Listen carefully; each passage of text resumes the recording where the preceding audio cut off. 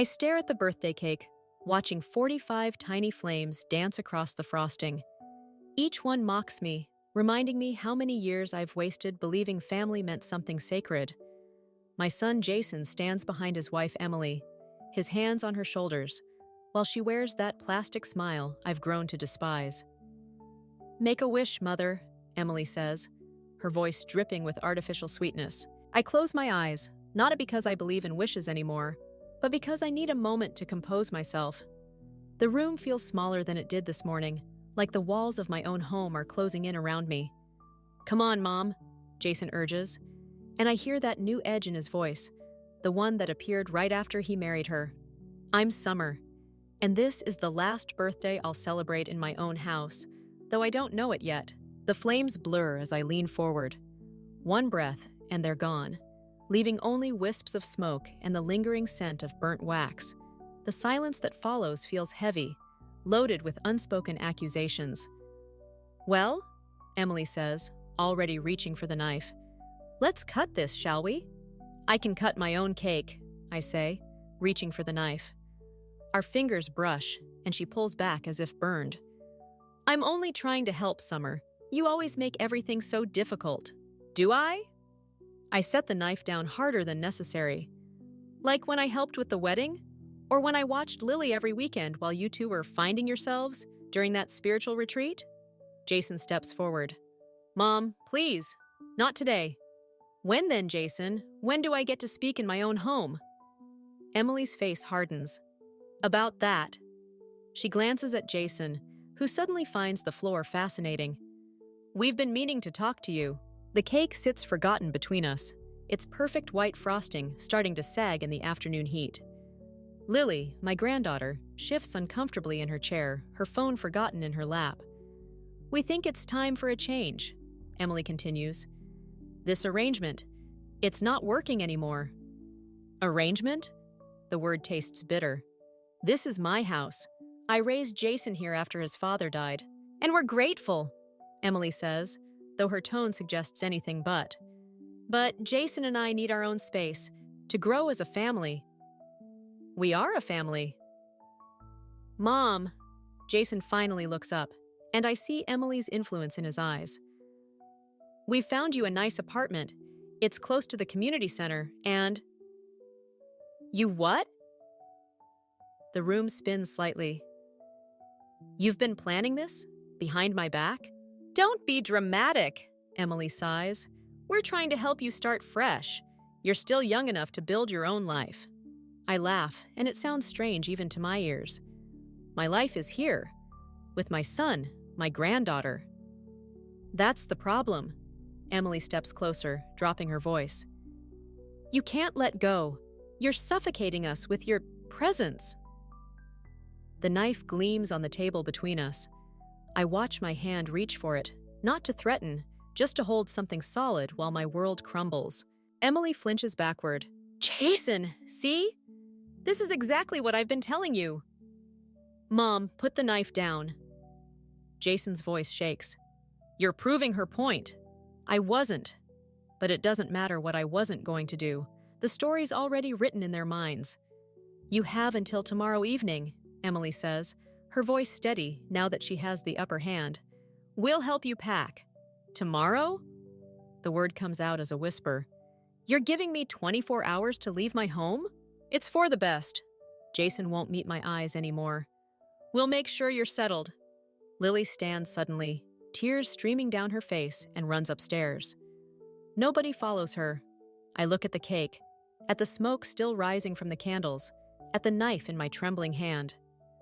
45 years of memories in this house, and they're giving me 24 hours to pack them away.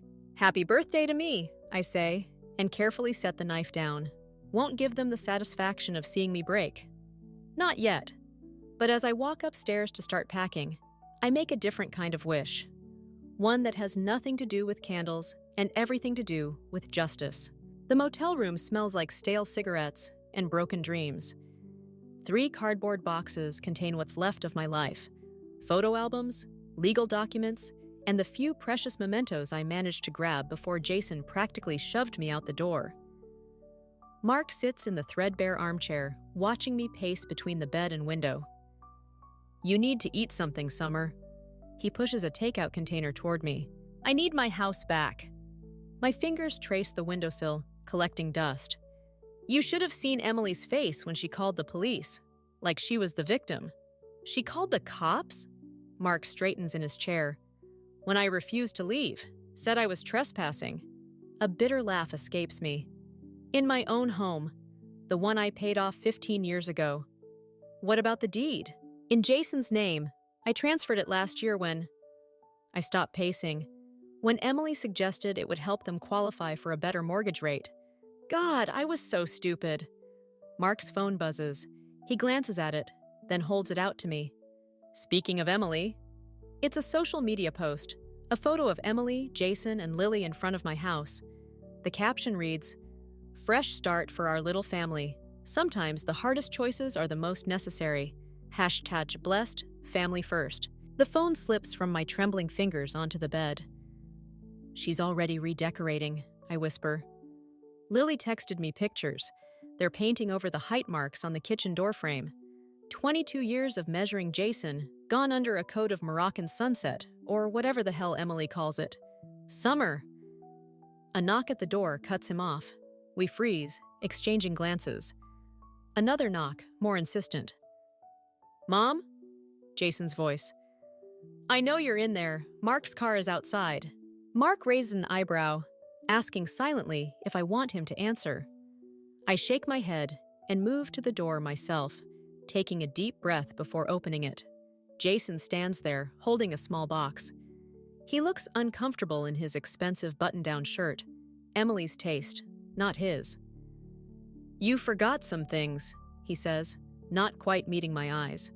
Did I forget them, or did you prevent me from taking them? He shifts his weight. We thought you might want these. He holds out the box. Inside are some old Christmas ornaments and a few framed photos.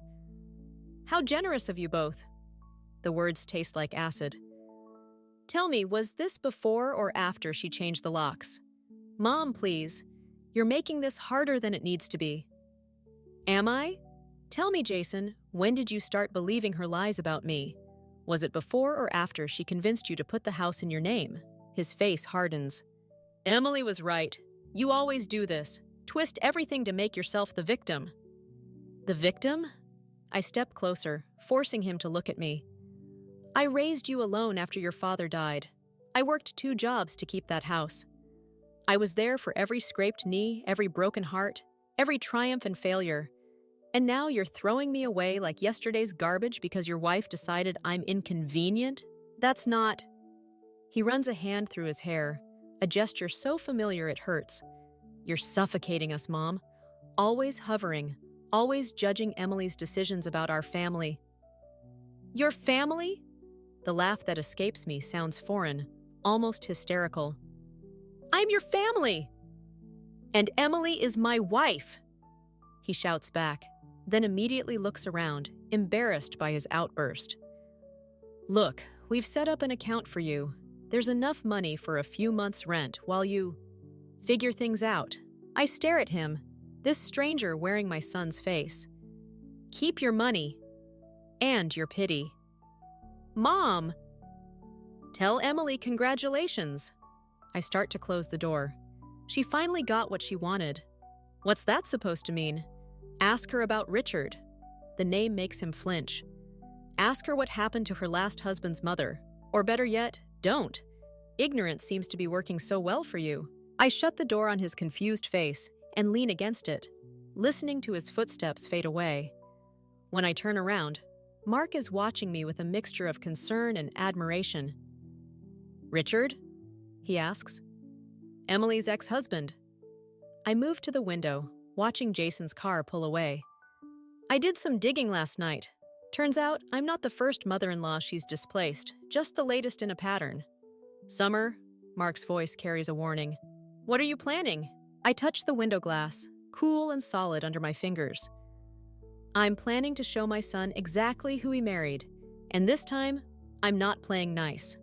The coffee shop feels too bright, too normal for the conversation we're about to have. Derek, Emily's brother, sits across from me, his fingers drumming against his cup. Mark arranged this meeting, calling in favors I didn't know he had. "Emily doesn't know I'm here," Derek says, his voice barely above a whisper. "If she found out, she won't." I lean forward, but I need to understand what happened with Richard. Derek's fingers stop drumming. "Richard was a mistake, like the others." "Others?" He glances around the cafe, paranoid. "Emily has a pattern. She finds men with close family ties, especially to their mothers. Strong families fascinate her because we never had one." A barista drops a cup somewhere behind us, and Derek jumps. I notice the slight tremor in his hands, the dark circles under his eyes. "You're afraid of her," I realize. "You don't know what she's capable of." He pulls out his phone, scrolls through photos. Richard's mother, Margaret, before Emily. He shows me a picture of a vibrant woman in her 60s, surrounded by family. And after, the next photo shows the same woman, but diminished somehow. Isolated, broken. Emily convinced Richard that Margaret was manipulating him, trying to control their marriage. Sound familiar? Derek's laugh is hollow. Within a year, Margaret was in a nursing home. Richard thought it was his idea. My coffee turns bitter in my mouth. And Richard? Lost everything in the divorce. Emily had already transferred most of their assets. Derek swallows hard. He didn't survive the winter. They called it an accident. The cafe suddenly feels airless. "Are you saying?" "I'm not saying anything." Derek's voice sharpens. "I'm just telling you what happened. What always happens." A text lights up my phone. It's from Lily. "Grandma, something's wrong. Mom found your old letters to Dad. She's burning them in the backyard." My hands start shaking. Those letters, written to Jason's father before he died, were all I had left of him. "Excuse me," I manage to say, standing so quickly my chair scrapes against the floor. Derek grabs my wrist. "Wait, there's more you need to know." "My letters." "Emily's pregnant." The words hit like a physical blow. I sink back into my chair. "She told the family last night." Derek won't meet my eyes. "She's using it to cement her position. Jason's overjoyed." "She's 40, I whisper. "She told Jason she couldn't have more children. That's why they never—" "Emily always knows what she needs to survive." Derek finally looks at me.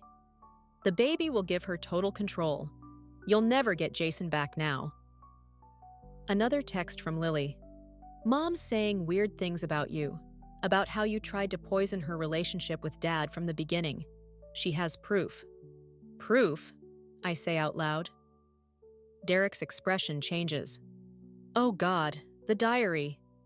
"What diary?" "Emily keeps a diary of evidence, things she twists and manipulates. Conversations taken out of context, innocent moments reframed as threats.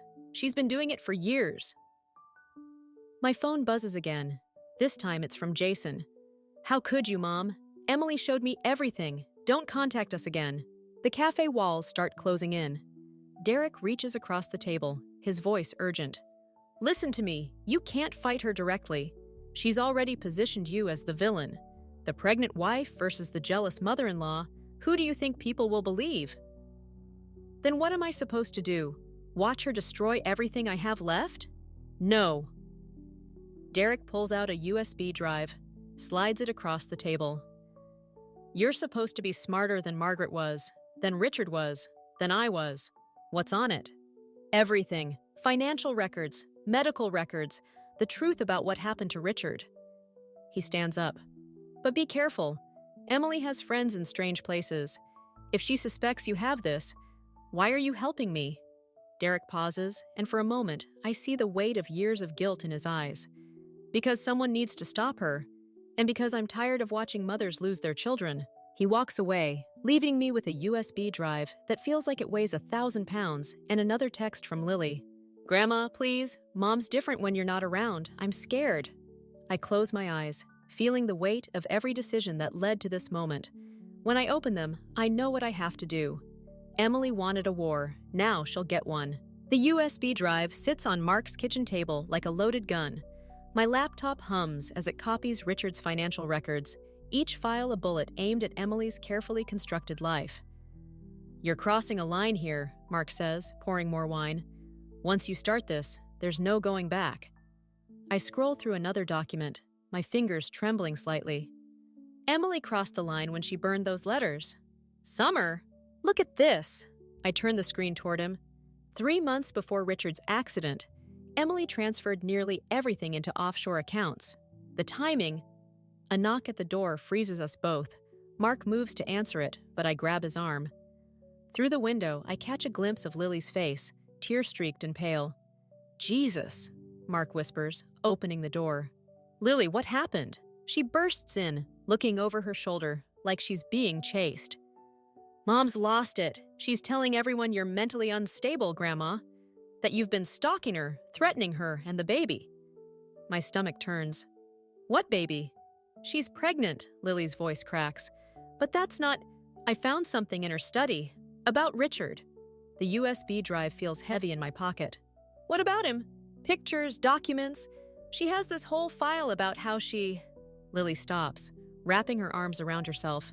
"I think she hurt him, really hurt him, and now she's saying things about you that sound just like—" Headlights sweep across the windows.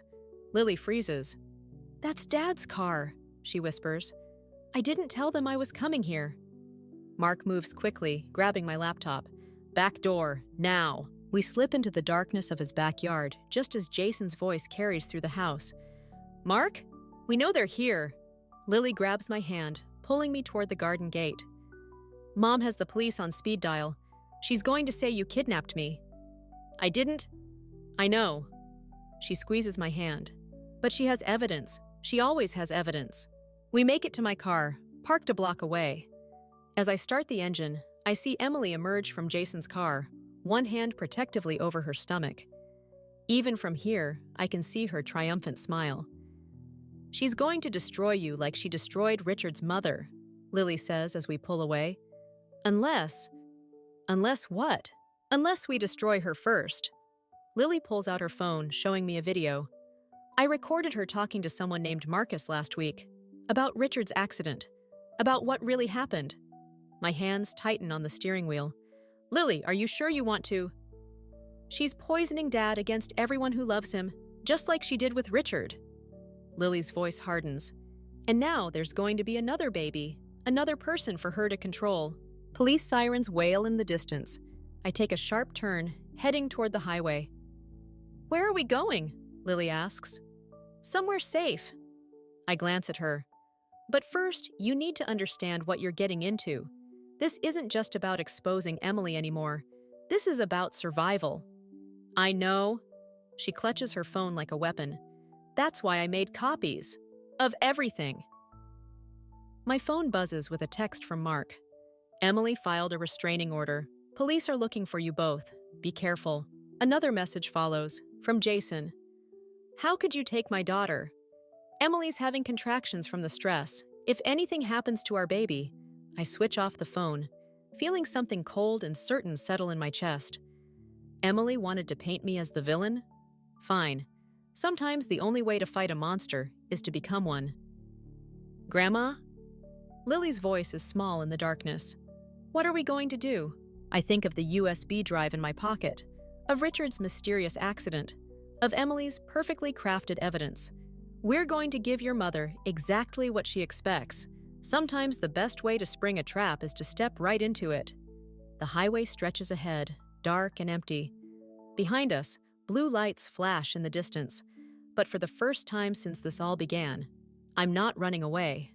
I'm running towards something. And Emily has no idea what's coming. The motel room feels like a cage. Lily sleeps fitfully on one bed while I sit at the small desk, sifting through Richard's financial records on my laptop. Each document reveals another layer of Emily's manipulation. Bank transfers, forged signatures, carefully orchestrated accidents. My phone vibrates. A text from an unknown number. "Meet me at Riverside Park, 1 a.m. Come alone. Derek." I glance at Lily, then at the clock. 12:37 a.m. The park is deserted when I arrive. Streetlights casting long shadows across empty benches. Derek emerges from behind a tree, looking more haunted than ever. Emily knows about the USB drive, he says without preamble. She's already moved the money. What money? The insurance payout from Richard's death. She's been keeping it in a hidden account, but now… He runs a hand through his hair. She's desperate, Summer. She's talking about leaving the country. With my son? With everything.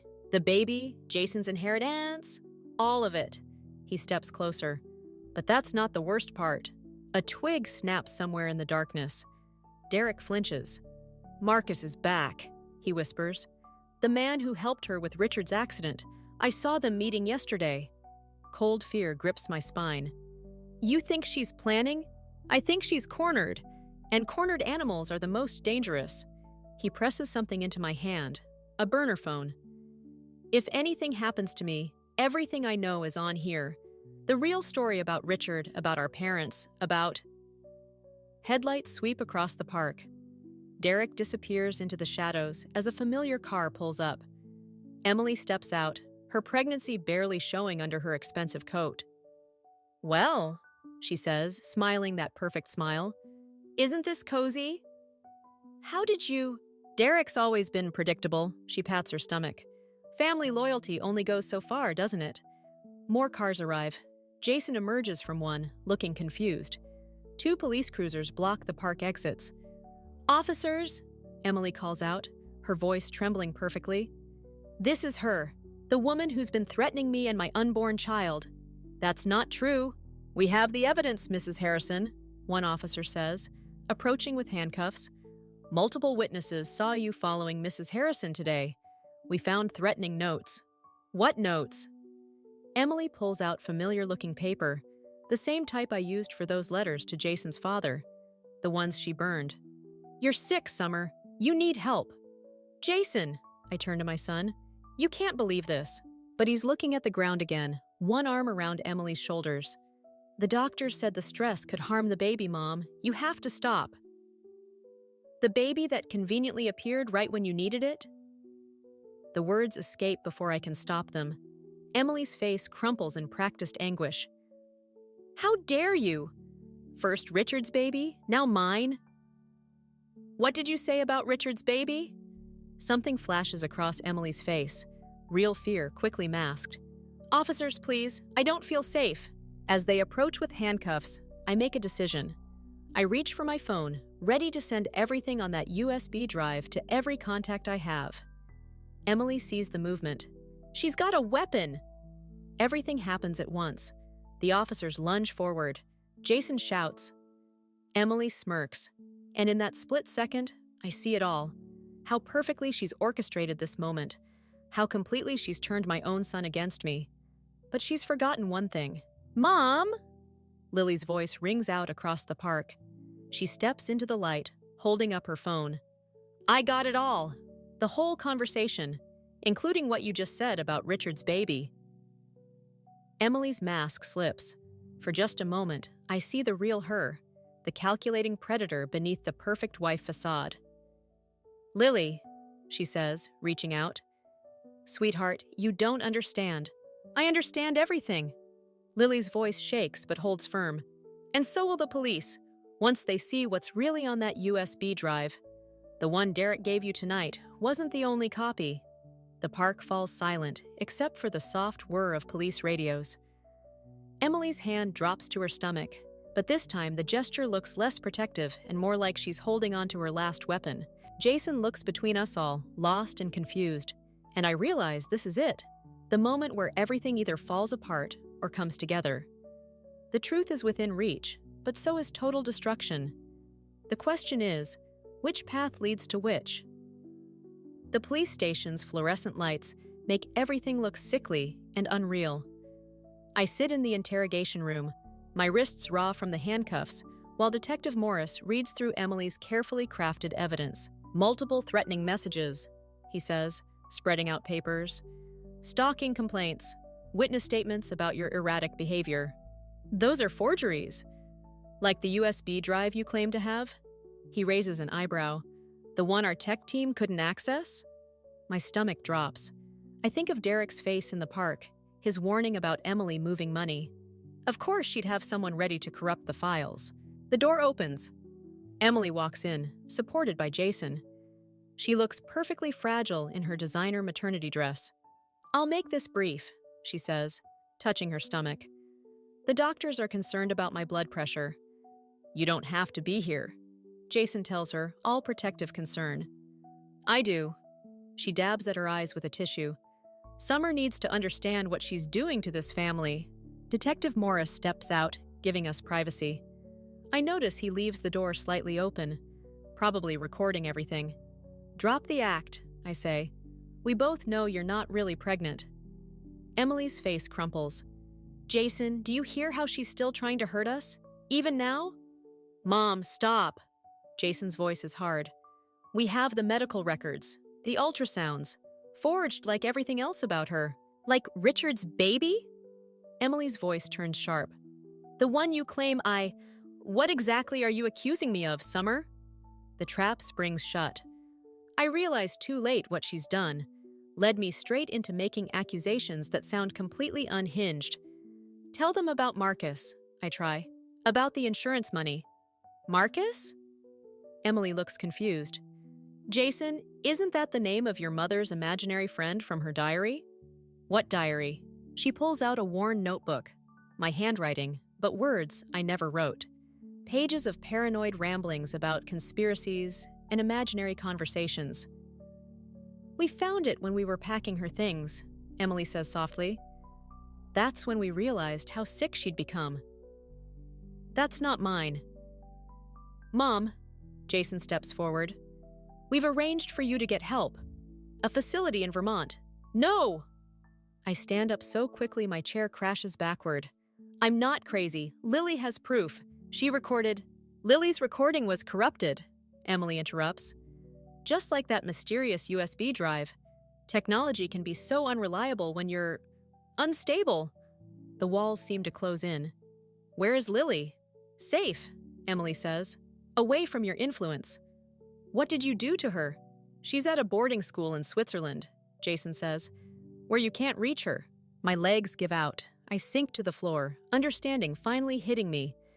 Emily hasn't just taken my son and my home. She's taken my granddaughter, my evidence, my credibility, everything. "The facility has an excellent success rate," Emily continues, her voice dripping with fake concern. "Once you're better, maybe we can discuss supervised visits. With the baby." She takes Jason's hand, placing it on her stomach. The gesture is so perfectly calculated, it makes me sick. "You won't get away with this," I whisper. Emily leans down, her mask slipping for just a moment. "I already have. Richard tried to expose me too, right before his accident. And Derek, well, accidents happen all the time." "What did you say about Derek?" She straightens up, mask back in place.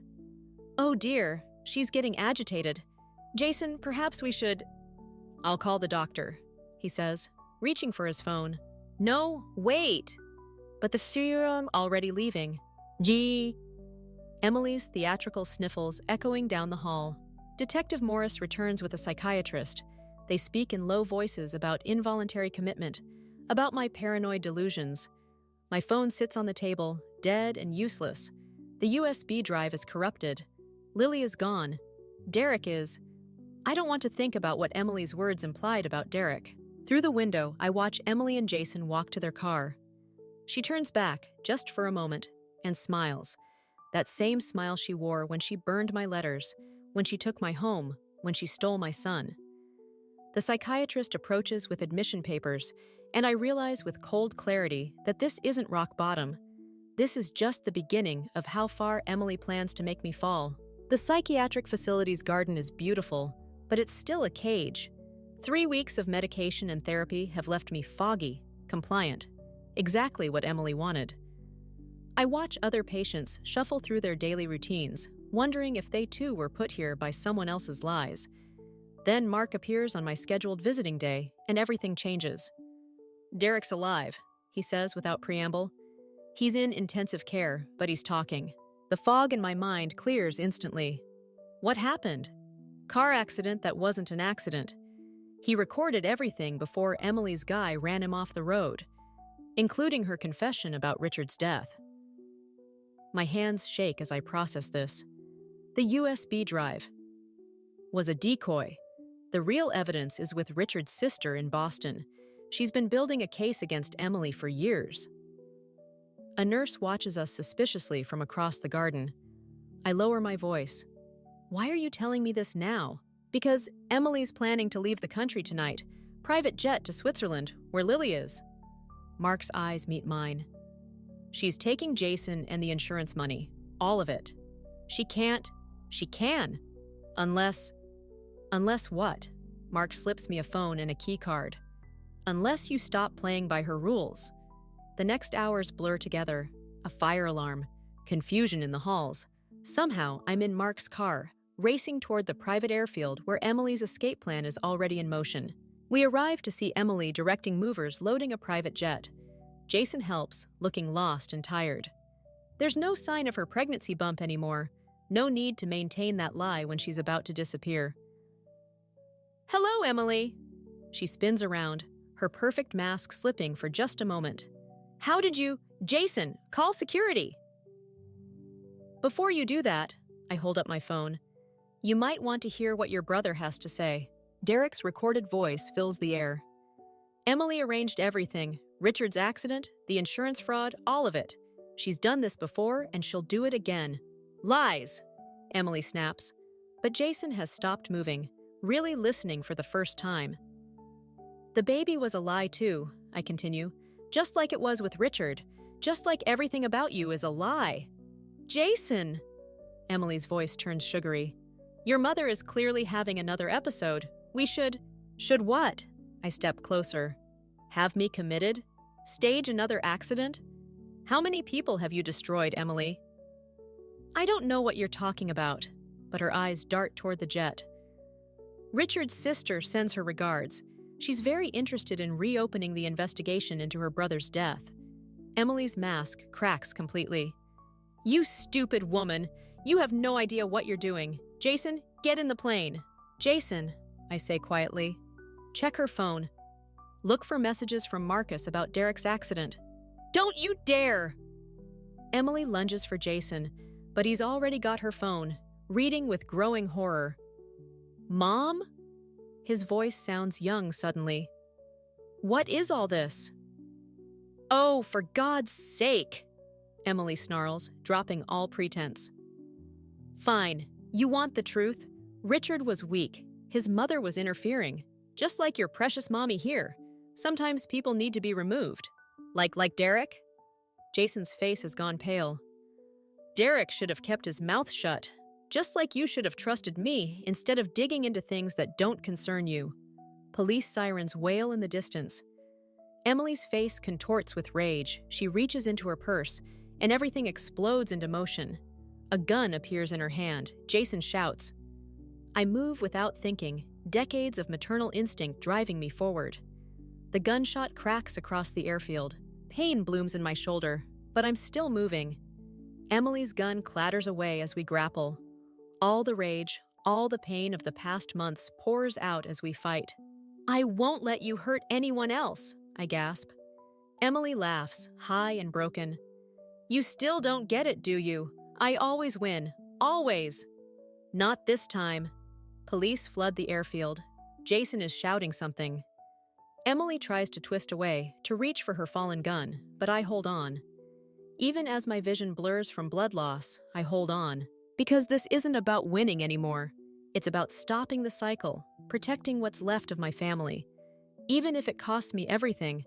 The last thing I see before consciousness fades is Jason's face, tears streaming down his cheeks as he finally sees the truth. The hospital room is quiet except for the steady beep of monitors. My shoulder throbs, but it's nothing compared to the weight of the manila envelope in my lap. Inside are Emily's full confessions, extracted during hours of police interrogation. Every manipulation, every crime, every carefully orchestrated tragedy. Jason sits in the visitor's chair, looking at his hands. We haven't spoken since the airfield, since he watched his wife try to kill his mother. The silence between us feels like another wound that won't heal. Lily's flight lands tonight, he finally says. Mark's picking her up from the airport. I nod, unable to find words that don't taste like ashes. Did you know? His voice cracks. When you gave Emily the house deed last year, did you know she was planning this? I knew something wasn't right. The envelope crinkles under my fingers. But I wanted you to be happy, to have the family you deserved. The family I deserved. He laughs, hollow and broken. I helped her destroy everything. I believed her lies about you, about Derek, about... He stops, swallowing hard. I can't fix this, can I? Before I can answer, Derek appears in the doorway, leaning heavily on a cane. His injuries from the accident are still visible, but his eyes are clear. They're moving Emily to maximum security, he says. She tried to bribe a guard. Jason flinches at his wife's name. I watch him struggle with the weight of everything he's learned. How Emily used him to access Richard's insurance money. How she manipulated him into turning against me. How every moment of their marriage was built on calculated lies. The house is yours again. Jason stands abruptly. I've already signed the papers. And Mom. He reaches for words that won't come. I know, I say, but I don't know what I know anymore. The victory feels empty, tainted by the cost. Derek clears his throat. Richard's sister wanted you to have this. He hands me a small box. Inside is a simple silver locket, the one from the photo of Richard's mother before Emily destroyed her life. She said you'd understand, Derek adds quietly. I do understand. The locket represents everything Emily tried to break, the bonds between mothers and children, the trust that holds families together. But as I hold it, I realize something else. I've become what I fought against. In my quest for revenge, I wielded the same weapons Emily used: manipulation, secrets, calculated strikes at the heart. I should go, Jason says. Lily will need... Someone should be there when she gets home. Home. The word echoes strangely. Jason, I call as he reaches the door. The height marks on the kitchen door frame. He turns back, confusion crossing his face. Emily painted over them, but they're still there, under the surface. I touch the locket. Some things can't be erased, no matter how hard someone tries. Understanding dawns in his eyes. He nods once, sharply, and disappears down the hall. Derek settles into the vacant chair. Emily asked to see you.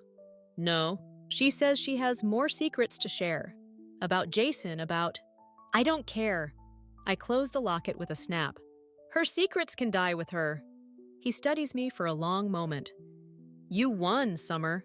She's going to prison. The truth is out. Why doesn't it feel like enough? Through the window, I watch Jason cross the parking lot, shoulders bent under invisible weight. In my hand, the locket feels both lighter and heavier than it should. Because there are no winners here, I say. Only survivors. The monitor keeps beeping, marking time in a world that feels permanently altered. Somewhere, Emily sits in a cell, probably already planning her next move.